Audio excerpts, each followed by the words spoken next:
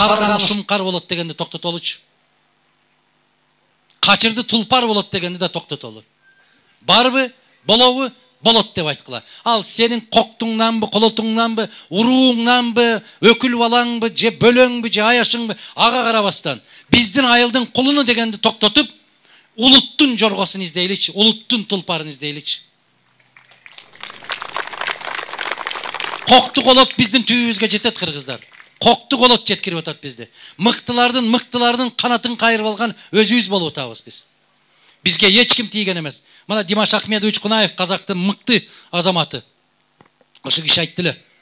Мага интервью берип атканда. Айналайын Адахан. Кыргызды тарихта эч ким ала алмаган. Кыргызды тек гана кыргыздын өзү алат. Кашан сендер токтайсыңдар деп айтты эле. Бул 92-93 жылга. Кашан токтайсыңдар деген. Ошондо неге айтты дебейсиздер Аксакал? Мына мыкты болуп, бардык Борбордук Азиянын жетекчилери көзү күйүп, мыкты ушунчалык таза инсан келди. Чыныгы Ленинчил, Сталинчил жетекчиңер бар. Биз ошого көзүбүз күйөбүз деп аткан Масалиевдин канатын кайрып, жана Кудаш мырза айткан парашюттан алып түштүк. Пейили бизге жараша болду.